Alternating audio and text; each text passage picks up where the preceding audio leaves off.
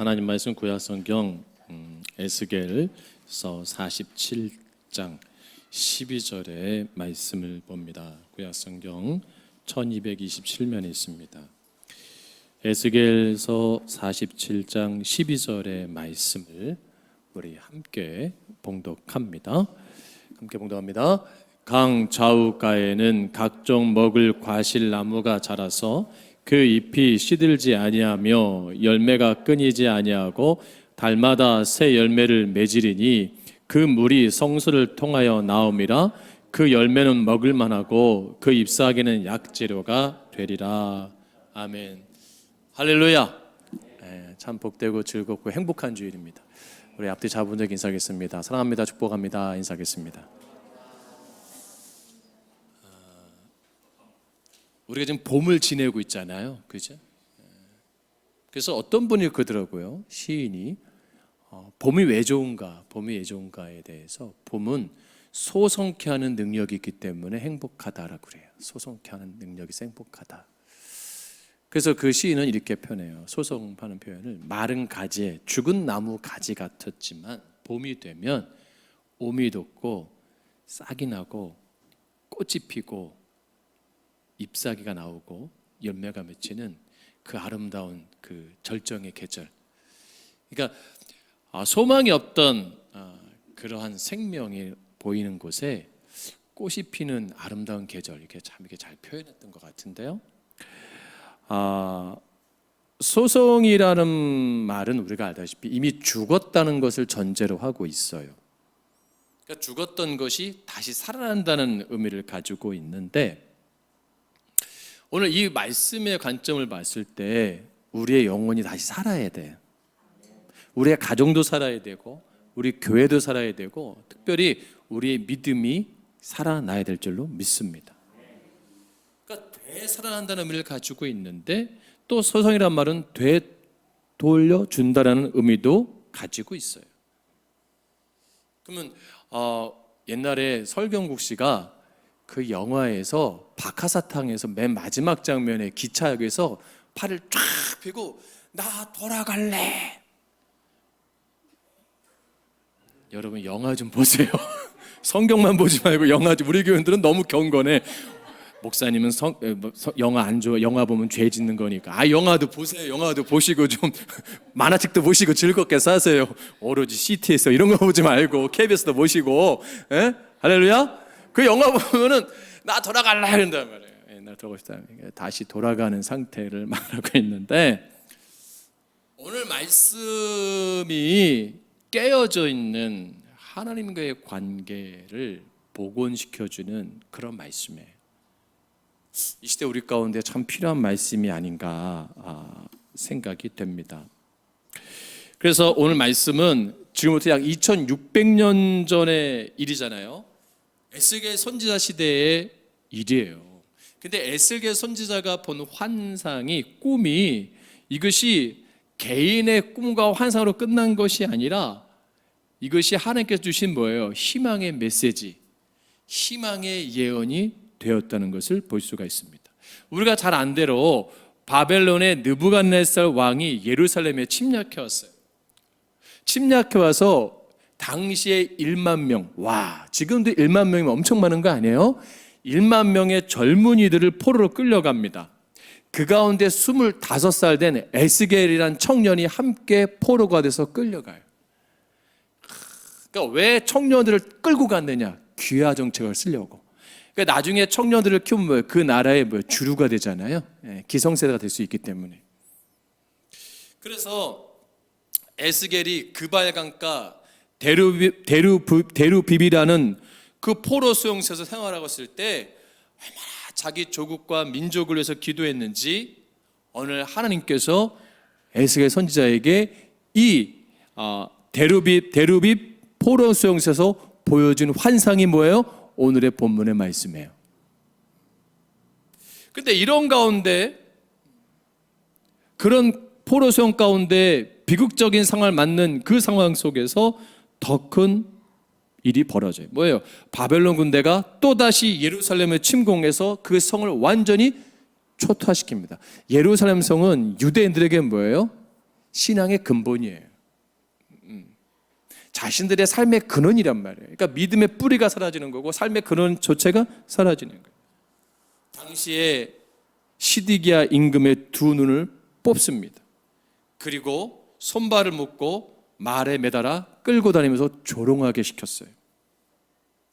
바벨론 포로들에겐 이젠 조국도 없어서 이제 성도 없어졌죠. 임금도 두 눈이 뽑혀서 포로가 되어 끌려다니죠. 이제 돌아갈 땅도 없어진 거예요. 그래서 백성들은 울고 또 온 겁니다. 설상가상으로 에스겔의 아내마저 세상을 떠납니다. 여러분, 이런 일이 우리 가운데 닥친다면 어떻겠어요? 견디기 힘든 거예요. 극복하기가 어려운 거예요. 그럼에도 불구하고 이 상처받은 에스겔은 소망을 선포해요. 그래서 이스라엘 포로들이 큰 위로를 받게 되는 것을 볼 수가 있습니다. 그러한 암울한 상황에서 그 이스라엘 포로들이 어떻게 위로를 받을 수 있을까? 어떤 말을 해 주었기 때문에 위로가 되었을까? 그 내용이 오늘 에스겔의 본 환상의 말씀이란 말이죠. 오늘 여기서 오늘 본문에서 우리가 주는 메시지가 있어요. 특별히 이 시간 가운데 그 메시지가 소망이 없고 기쁨이 없고 하나님과 내가 관계가 깨져 있는 분들이 있다면 다시 회복되어지고 소생케 되어지고 살아나는 복된 말씀 되기를 주님으로 축복합니다. 성경에는 모두 4개의 성전이 나옵니다. 첫 번째로 어떤 성전이 나와요? 솔로몬 성전이 나옵니다. 두 번째는 어떤 성전이 나옵니까? 스룹바벨 성전이 등장합니다. 세 번째는 어떤 성전이 등장해요? 에스겔 성전이 등장합니다. 네 번째는 어떤 성전이 등장합니까? 헤롯 성전이 등장합니다. 이 4개의 성전 중에 실제로 건축되지 않은 성전이 있는데 바로 오늘 뭐예요? 에스겔 성전이에요. 오늘 본문은 그 성전이 환상 가운데 보여진 성전이에요. 그렇죠? 눈앞에 실제로 지은 것이 아니라 꿈에 본 성전이란 말이에요. 근데 놀라운 것은 그 성전 문지방에서 시작된 물에 대한 그 환상의 말씀이에요. 에스겔은 환상 중에 성전 문지방 아래에서 흘러나오는 물이 동쪽으로 흐르다가 성전 제단이 있는 남쪽으로 계속해서 흘러 바깥쪽 북문을 통해서 밖으로 나가 동문을 이뤘을 때 그 동문 우편에서 동쪽 광야로 흘러 마침내 8절에 아라바에 있는 바다 곧 사해에 이르게 되었는데 그것을 보고 있는 거예요. 문자 그대로 어떠한 생물도 살지 못하는 죽음의 바다인 사해에 이 물이 흘러 들어가자 9절 말씀 보니까 뭐예요? 모든 생물과 물고기가 심히 많아지는 생명의 바다로 회복되는 놀라운 환상을 보고 있는 겁니다. 그뿐만 아니라 이 물이 지나가는 광야 땅이 다 옥토로 변해서 각종 과일 나무가 자라서 많은 열매를 맺되 달마다 새로운 열매를 맺는 회복의 기적을 보는 것이 그것이 오늘의 본문의 말씀이에요. 그러면 이런 환상이 주는 의미가 뭘까요? 성전은 우리가 아는 대로 하나님께서 임재하는 곳입니다. 그리고 성전 문지방에서 흘러나오는 물이 죽은 땅과 바다를 생명이 넘치는 곳으로 만들었다는 것은 그것이 뭐예요? 회복되었고 구원받았음을 상징하고 있는 거예요. 그러므로 성전 문지방에서 흘러나오는 물이 죽은 땅을 살리고 죽은 바다를 살리고 그곳에서 모든 생물이 살고 광 좌우에 각종 먹을 과실 나무가 자라나게 되었다는 것은 성전의 주인이신 하나님께서 생명과 구원의 근원이 되심을 보여주신 사건이에요. 여러분, 하나님이 은혜를 베푸시면 아무리 죽어있는 사막 같은 풀 한 폭이 없는 소망이 없는 그 땅도 뭐예요? 변화되는 거예요. 사회와 같은 죽은 바다도 물고기가 노는 바다로 변화되는 거예요. 제가 이스라엘 사해를 갔는데요. 진짜 물에 뜨는 줄 놓았거든요. 떠요. 이렇게 가이드 책 보면 외국인들 선글라스 끼고 탁 신문 보잖아요. 이렇게 신문 못 봐요. 짜갖고 누막 들어가고 물 한 개 쓰고 다 해야 돼요. 그래갖고 모르고 엎어졌는데 이게 맛봤는데 와 이게 짠맛이 아니라 아파요. 너무 이 염분이 세니까. 그 죽은 염도가 많은 물에 다시 살아나게 하는 역사, 소망이 없는 역사. 여러분 그러니까 중요한 거예요. 내가 지금 우리가 살아도 내 인생이 죽은 자처럼 사는 분들 많아요. 그렇죠? 목사님 내가 살아도 사는 게 아니에요. 그냥 목숨만 붙어 있는 거지. 그런 분들 이제 소망이 없어요. 꿈이 없어요. 비전이 없어요. 이렇게 사는 분들 다시 회복되길 주님은 축복합니다. 이제 교회를 다닐 만큼 다녔어요. 뭐 교회 다녀도 이제 기쁨도 없어요. 아니에요. 다시 회복하세요. 제가 아는 그 60 넘으신 그 집사님이 계셔요. 근데 이 집사님이 참 유쾌하신 분이에요. 재밌는 분이에요. 이 집사님이 목사님, 제가 요즘에 열심히 제과 제빵 그 기술을 배워 학원을 다닌대요. 그래서 내가 시험 봐서 이거 될 겁니다. 얼마 전에 봤더니 그분이 합격을 했어요. 목사님, 제가 요즘에 뭐 하는 줄 아세요? 떡을 배웁니다. 근데 떡은 학원이 없대요. 처음 알았어요. 저는 이 제빵 학원이 있는데 떡 혹시 학원 아시는 분? 떡은 없대요. 그래서 그냥 그 떡집에 가서 배워야 되는 거래요. 그래서 한 달에 30만 원 주고 일주일에 2번 배운대요. 주인한테 온갖 구박을 다 받으면서. 주인한테 왜 배우냐고 맨날 그거를 맞는데요. 막 구박 받으면서. 그 왜 했더니 이걸 배울 때 내가 살아있는 것 같아. 그리고 나는 노후를 준비한대. 자녀 손들에게 손 안 벌리고 내가 목사님 은퇴하면 뭐 떡집을 차리든 빵가게를 차리든 뭐 할 수가 있고 바리스타 자격증도 땄고요. 이번 많은 걸 땄어요. 이거 내가 하면 된대. 그래서 자기한테는 떡집이 맞는 것 같아. 정서가 떡집이 맞는 것 같아. 나이가 좀 약간 좀 안정감 있어 보이죠. 그래서 저한테는 저거 하라고 하더라고. 푸주간 하라고 하더라고. 목사님 스타일이 고깃집 하면 잘 될 것 같다고. 윤주사님 어떻게 한번 같이. 아니, 그래요. 어떤 분은 소망 없이 사는 분도 있는데 어떤 분은 그렇게 자기 인생을 나름대로 재밌게 즐겁게 준비해 사는 분들도 있어요. 여러분, 우리는 어차피 인생 가운데 회복의 삶을 살아야 됩니다. 깨어져 있는 관계가 있을 수 있지만 다시 그 주님의 은혜로 다시 건강해지고 다시 열매 맺고 축복받기를 원합니다. 아멘. 오늘 본문의 말씀 보면 성전 문 밑에 나오는 이 단어를 쓰고 있는데 페타흐라는 단어를 사용하고 있거든요. 이거는 성전 입구를 말하는 거예요. 분사형을 사용하고 있는데 그 문지방 밑에서 계속해서 물이 흘러내려오고 있음을 말하는 거예요. 계속 흘러내온다는 건 뭐예요? 끊이지 않는다는 거죠. 물이 중단되면 능력이 없어요. 근데 물이 계속 나오면 뭐예요? 능력이 생겨요. 근데 물이 계속 차면 어떻게 해요? 발목, 무릎, 허리, 가슴까지 차는 높이가 돼요. 그렇죠? 계속 차지잖아요. 스며드는 물이. 근데 이게 참 중요한 것은 왜 성전 문 앞에서 흘러나왔는가, 이게 중요한 거예요. 성전 문 앞의 헌관과 제단 사이의 공간은 이스라엘 장로 25명이 태양신을 섬기던 범죄 현장이었어요. 그러니까 하나님 뭐예요? 그 범죄 현장을 심판의 의미와 정결하게 만드시는 의미를 가지고 있는 거예요. 더러워진 예배 조서를 뭐예요? 깨끗하게 하시는 거예요. 여러분, 홍수가 나서 물에 한번 쓸려가 보세요. 깨끗해져요. 물도 깨끗해지고 이 강가도 깨끗해지고 싹 더러운 게 씻겨나가니까. 여러분, 그럼 참 중요한 거예요. 오늘날 성지면 예배당이잖아요. 주의 은혜가 우리의 더러운 죄들을 뭐예요? 다 씻겨버려야 돼요. 그러면 성전 문지방에 흘러내리는 그 물은 뭘 상징하는 거예요? 예수 그리스도의 보혈. 그 보혈로 뭐예요? 덮어지는 거예요. 그 보혈이 내 발목을 차고 무릎에 오고 허리가 오고 본문에 되어 있지만 원문에 보면은 가슴까지 찼거든요. 가슴에 차면요 헤엄을 칠 수 있어요. 네. 가슴 높이가 되면 물에 뜬대요. 전 수영을 잘 못하는데 아마 수영하신 분들은 알 거예요. 그렇죠? 이렇게 할 수가 있대요. 여러분, 은혜의 강가, 그리스도의 은혜의 보혈로 우리가 완전히 적셔지고 다시 회복되기를 주님을 축복합니다. 그러니까 예수 그리스도의 생명이 근원이 이에서 남이 여기 나오는 거예요. 말씀에 십자가의 보혈로. 그러니까 그 물이 보혈이 예수의 보혈이 닿는 것보다 뭐예요? 살아나는 거예요. 죽은 영혼이 살고 마른 광야 같은 그런 마른 나무 같은 소망이 없는 땅이 나뭇가지에 뭐예요?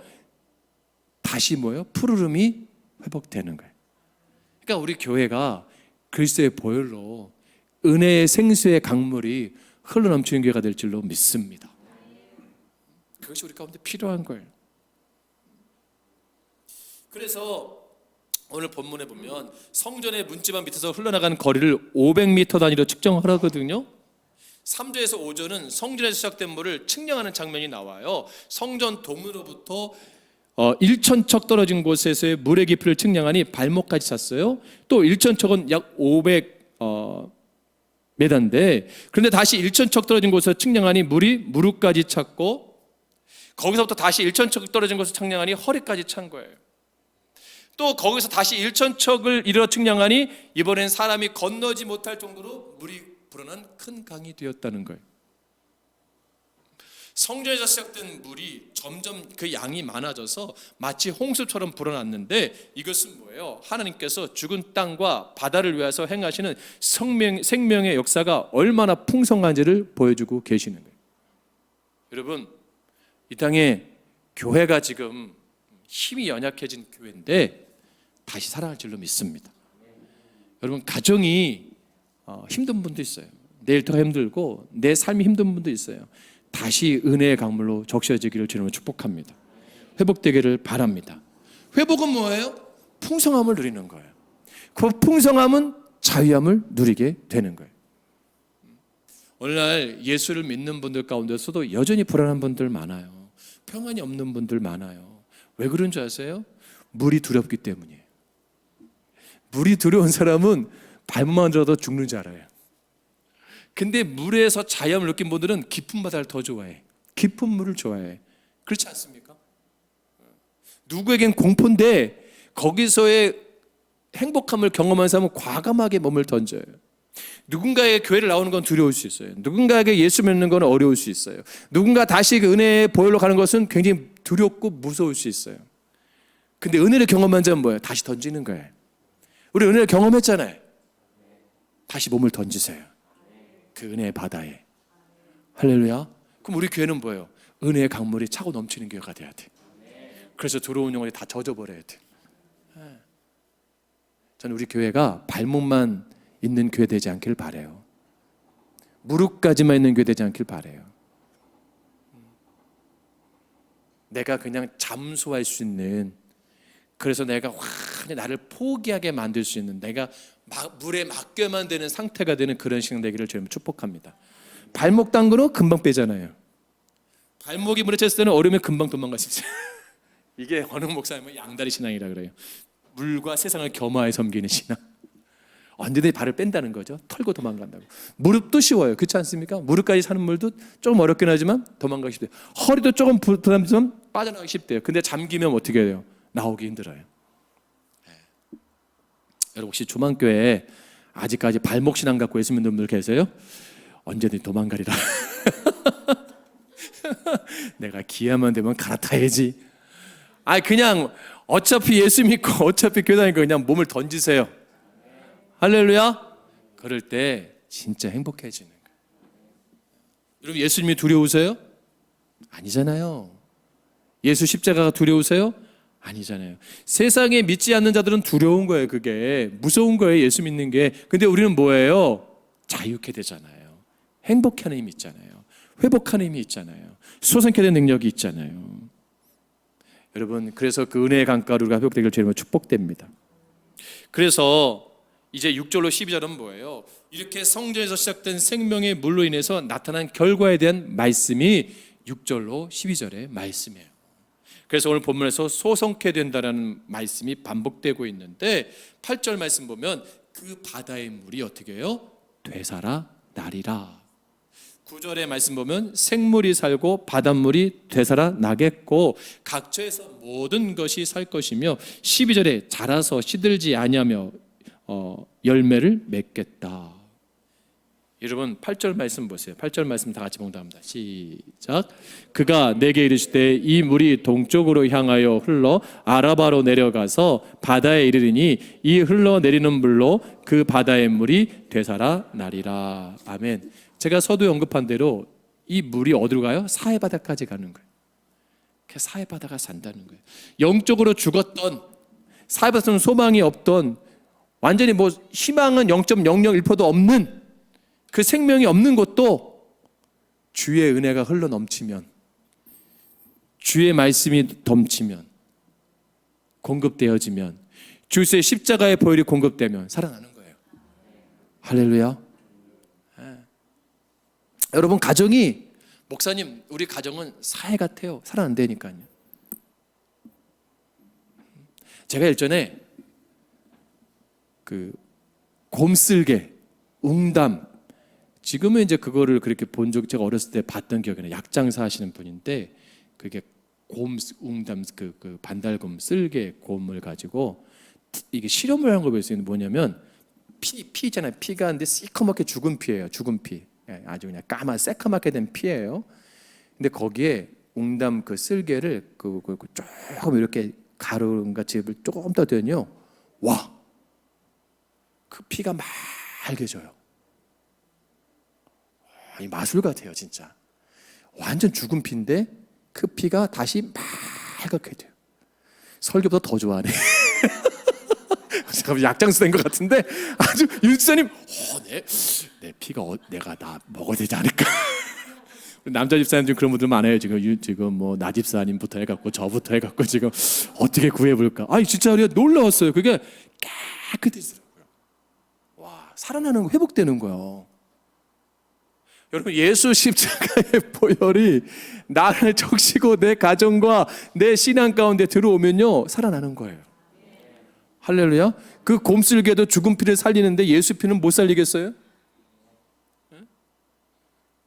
이게 참 능력이에요. 그러니까 그러면 우리가 이렇게 생각할 수 있어요. 그러면 사해바다는 왜 죽은 바다가 됐을까요? 사해바다가 왜 죽었어요? 받기만 하지 흘러 보낼 줄 몰라. 고인물 된 거예요. 고인물이. 근데 고인물이 되다 보니까 썩은 거예요. 사해바다는 보낼 데가 없습니다. 받기만 하지. 근데 증발만 되는 거예요. 그러니까 계속 이 썩다 보니까 염도가 세진 거예요.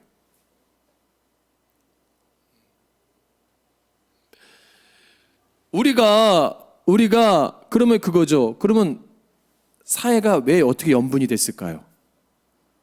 놀랍지 않으세요? 궁금하지 않으세요? 바닷물이 들어오는 것도 아닌데 강일로 들어오는 거잖아요. 근데 그게 강물이 썩었다고 어떻게 그게 바닷물이 되죠? 이유가 있어요. 사해는 요단강, 또 아르논강, 세렛강 등 여러 강들에서 염화 나트륨과 염화 마그네슘, 염화 칼슘, 염화 칼륨, 황산 나트륨 등의 염료가 포함된 물들이 유입돼요. 그 강들의 그 토양들이 염분이 많은 그 강들의 지류에서 물들이 흘러 들어오는 거예요. 저는 그 소금이 바다에만 나오는 줄 알았어요. 그게 아니에요. 이런 이런 광야 같은 데서도 소금이 나와요. 외국에 보면 이런 들판 같은 데서 소금이 나오더라고요. 그러니까 땅 성분이 염도가 많은 땅이 있어요. 그러니까 그 물들이 모여드니까 그 물들이 염도가 누적돼가지고 짜게 된 거예요. 그러면 사해가 깨끗해지는 건 어떻게 하면 돼요? 물꼬를 트면 되잖아요. 받은 물을 흘러보내면 되잖아요. 그죠? 그러면 썩을 일이 없어요. 이게 우리 신앙 똑같지 않아요? 우리 항상 받을 것만 생각해요. 항상 내가 공급받아야 될 것만 생각을 해요. 하나님께 은혜만 받아야 되고 내가 충만해야 되고 공급받을 것만 생각해요. 흘러보낼 생각을 안 하는 거예요. 그러면 내가 죽어지는 거예요. 여러분, 우리 안에 받을 사랑만 찬양처럼 개수하지 마시고 흘러보낼 수 있기를 주님을 축복합니다. 에스겔을 인도한 천사가 모든 환상을 보이는 중에 6절에서 네가 이것을 보았느냐고 물어요. 이것은 뭐냐면 단지 눈으로 보는 것으로 의미하는 것이 아니라 이 담겨져 있는 환상의 의미를 바로 인식하고 있느냐고 묻는 거예요. 그러면서 에스겔은 하나씩 하나님 뜻을 뭐예요? 분별하기 시작하는 거예요. 여러분 마음의 중심에 누가 있어야 돼요? 하나님이 계셔야 돼요. 할렐루야. 그 주님이 내 안에 있어야 돼요. 그래서 그 주시는 말씀에 그 물이 나를 적셔야 돼요. 그 나를 통해서 흘러나가야 돼요. 여러분의 가정에 나를 통해서 그 물이 발목에, 허리에, 가슴 높이까지 채울 수 있는 은혜의 공급대가 되어주세요. 할렐루야. 받으려고만 하지 마시고 서로 섬겨주세요. 그것이 우리 가운데 은혜가 될 줄로 믿습니다. 그것이 우리 가운데 필요한 거예요. 그것이 뭐예요? 영향력이에요. 영향력. 그리스도의 영향력이에요. 교회의 영향력이고 십자가의 보혈의 능력인 거예요. 여러분, 넓고 깊게 흐르는 거대한 강물은 바위를 들어서 옮깁니다. 안 그렇습니까? 그 물살은, 그 엄청난 바위가 어떻게 옮겨지겠어요? 물살을 거스릴 수가 없는 거예요. 큰 바위는 옮겨집니다. 근데 작은 조약들은 안 떠내려갑니다. 놀랍지 않으세요? 그냥 바닥에 있습니다. 저는 여름에 제일 신비로운 게 아니면 다슬기예요. 다슬기. 그럼 다슬기 보면요, 바위에 붙어 있잖아요. 근데 그 물이 엄청 세거든요, 압력이. 근데 안 떨어져요. 물고기는 쫙 떠내려가고 그냥 어떻게든 뭐 흘러가는데 이 다슬기는 붙어 있어요. 그래서 몸에 좋은가 봐요, 유사님. 그걸 볼 때마다 신기해요. 야, 이거 어떻게 견디지?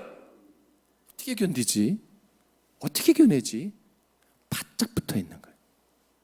바짝. 고개를 쳐들질 않아요.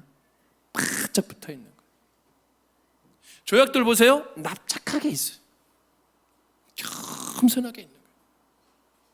그럼 내 자리를 지키는 거예요. 내가 덩치를 자랑하고 힘을 자랑하고 능력을 자랑하고 과시하잖아요. 떠내려가는 존재라니까요. 어느 순간 내 건강이 떠내려가고요, 내 명예가 떠내려가고요, 내 힘이 떠내려가고요, 내 모든 물질, 모든 것들 다 떠내려갈 수밖에 없어요. 여러분, 전 여러분들에게 다시 한번 권면드립니다. 다시 주님 앞에 엎드리세요. 다시 주님께 붙들린 바 되세요. 그래서 여러분들 통해서 다시금 과실을 많이 맺는 열매 있는 신앙 되세요. 할렐루야. 시냇가에 심겨진 나무는 시절을 쫓아 많은 과실을 맺는다고 다윗이 고백했잖아요. 우리 소망교회 여러분 깊게 뿌리 내리셔서 하나님께 주신 복을 마음껏 누리는 우리 모두가 되기를 바랍니다. 이 봄에 그걸 기대하세요. 할렐루야. 저 요즘에 요양원 설교 가거든요. 요양원 가면 다 이제 중증 노인들이에요. 어르신들이에요. 막 90이 넘으신 분들. 나이가 몇 살이면 나 18살. 그럼 이제 물어보면 몇 살이에요? 그러면 본인이 모르고 옆에 있는 할머니 대답해줘. 이 사람 27이야. 막 이런 분들. 근데 이분들이 저 목사인 줄 알아요. 그리고 얼마나 기다리는지 몰라요, 예배를. 그렇게 가면 막 박수 쳐요. 이촌 아이들처럼. 또 막 박수 쳐요. 그럼 막 손 막 비비고 막 그래요. 좋은 거예요, 그냥. 안아드리고 막 행복하고. 처음에 막 힘들었던 분들, 막 침대만 누워있던 분들 계시거든요. 침대만. 그래도 원장님이 기도해주고 기도했는데 이분들이 막 이제 기력이 조금씩 회복돼갖고 예배에 와서 앉아 계시고. 그러면서 이제 한 분들이 이제 다 과거가 있는 거, 힘든 게 있는 거예요. 평생 장사만 하신 분이 있고, 평생 그냥 밭일만 하신 분이 있고. 그래서 내가 물어봤어요. 언제 때 제일 좋아서 했더니 자기 돈으로, 자기가 일한 돈으로 밭을 살 때 제일 행복했대. 남의 밭 일하다가 그 밭에서 하루 종일 뒹굴렀대. 얼마나 좋았는지. 그때가 제일 행복했다고 얘기하더라고요. 여러분, 누구나 우리 인생 가운데 행복했던 기억들이 있어요. 그렇지 않습니까? 있잖아요. 다시 회복하세요. 박원미 집사님, 나는 박원미 집사 주례를 해서 알잖아. 나는 저분이 장가 갈 때 어떻게 한 줄 아세요? 이러고 들어왔어요. 이거 실합니다, 이거. 그렇죠? 아니 나 깜짝 놀랐어요. 막 이러고 들어왔어요. 내가 얼마나 부인이 좋으면 저럴까. 근데 지금도 이래요? 부인 앞에서? 잘 생각해 보셔. 내가 지금 이러고 있는지 아니면 이러고 있는지. 지금은 더 이런 게 많은 것 같아. 다시 회복하세요. 서준이 처음 날 때 이뻤어요, 안 이뻤어요? 엄청 좋았죠? 박원미사가 이게 설교 시 언급해서 죄송하지만 얼마나 서준이를 이뻐했냐면 애가 똥을 쌌어요.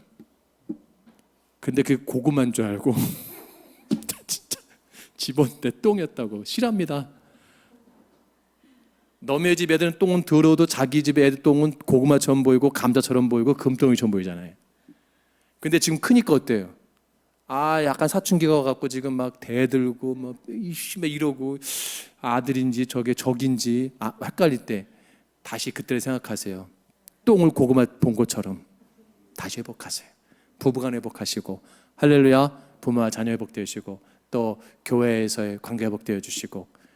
조은기 목사님 저 처음 볼 때 좋았죠? 교회에서 만날 때. 근데 지금 별로 아닌 것 같아. 봐도 맨날 보는 목사님 다시 회복합시다. 네, 기도합시다. 기도하겠습니다.